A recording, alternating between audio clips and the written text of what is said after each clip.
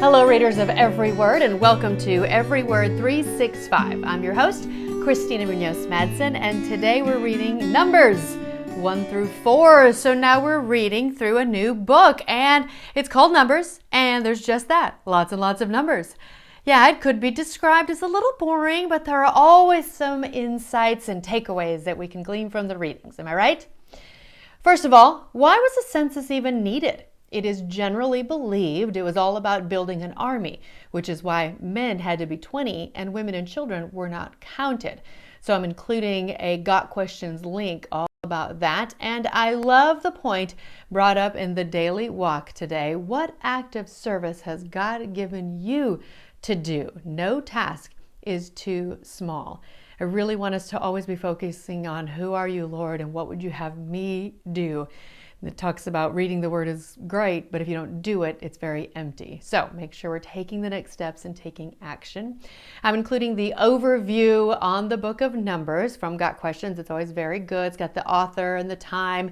And this is from the practical application. A major theological theme developed in the New Testament from Numbers is that sin and unbelief, especially rebellion, reap the judgment of God. 1 Corinthians specifically says, and Hebrews 3:7, 4:13 strongly implies that these events were written as examples for believers to observe and avoid.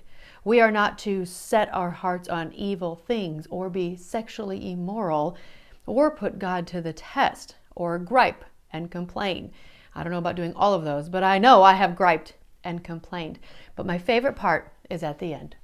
Just as the Israelites wandered in the wilderness 40 years because of their rebellion, so too does God sometimes allow us to wander away from Him and suffer loneliness and lack of blessings when we rebel against Him.